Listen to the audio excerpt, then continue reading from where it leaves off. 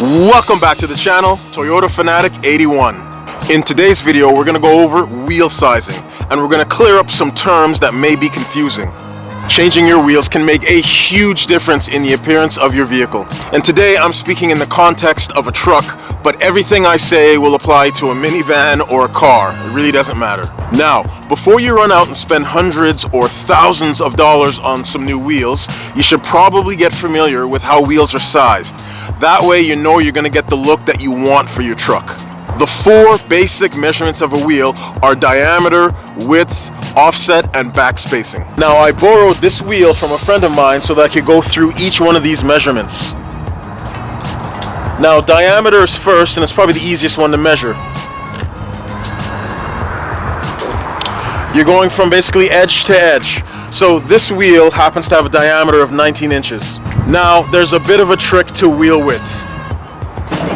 Now, it probably seems intuitive that wheel width is simply edge to edge, but in fact, it's from the inside of the flange to the other inside of the flange, basically from bead seat to bead seat. In this case, this wheel has a width of 7.5 inches. So diameter and width are a bit easier to figure out. Offset and back spacing, though, cause people some confusion. But don't worry, once we go through it, it'll make perfect sense.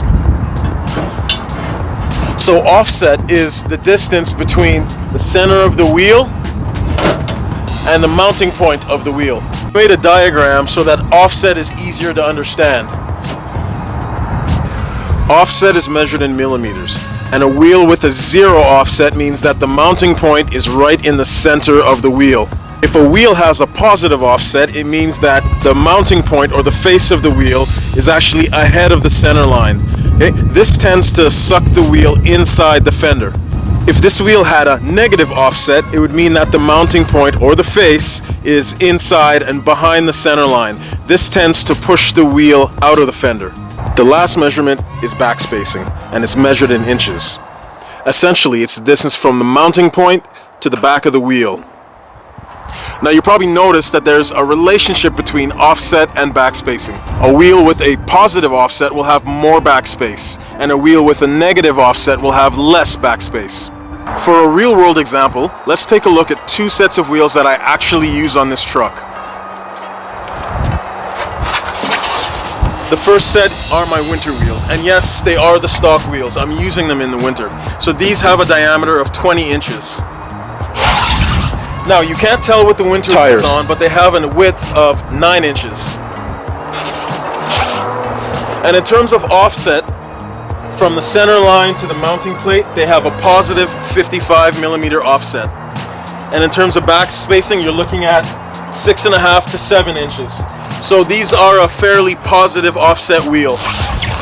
But you know what? These are my winters. They don't have to look good. They just have to keep me safe. Now, my second set of wheels are already on the truck. These are XD820 Grenades. They have a 20-inch diameter, they have a 10-inch width, and they have a negative 24 millimeter offset. Like I explained before, the mounting point of a negative offset wheel is behind the center line of the wheel. So that gives this wheel about 4.5 inches of dish or lip, and that's exactly what I wanted. So, why would you need to know all of this? What's the advantage to knowing about wheel sizing? Well, one practical application of changing the offset of your wheels is to create some clearance between the wheel itself and your brakes, or your suspension, or the steering components. Upgraded or aftermarket components can have a slightly different size or shape from the stock components, so there actually is an advantage of having a reduction in offset so that you can create space for those new components. And just a side note, wheel spacers provide a way to artificially decrease the offset and make space for new components such as brakes or suspension. Now, I use the word artificial because you're not actually changing the wheel itself, but you are altering the way the wheel mounts to the vehicle. Now, I'm not going to go into detail about wheel spacers in this video, but I do have an older video about how to install wheel spacers. That's on the Forerunner. You can click the link below, or you can wait for it to come up at the end of this video. The second reason why most people choose to change the offset of the wheels is to change the appearance of the vehicle. Factory wheels almost always have a positive offset, and the outer edge of the wheels tend to line up with the fenders, or in some cases, the wheels might be slightly tucked into the fenders. The more negative the offset of your wheels, the more they'll poke out from the fender and the greater the stance of your truck will be. And for those of you that like the deep dish or the big lip look of the wheel, the more negative your offset, the larger the lip will be. Basically, changing the offset of your wheels will give your truck a beefier, more stanced look. So now that you know how to properly measure a wheel, you're in a much better position to get the look that you actually want for your truck. And speaking about creating the perfect look for your truck, you may as well stick around and watch a few more videos. There are a ton of do-it-yourself or modification videos on this channel. And if you own a second generation Tundra, then this channel will be even more valuable to you because you will see so many ways you can change this truck and really make it your own. That's it. I am out. I will catch you on the next modification video.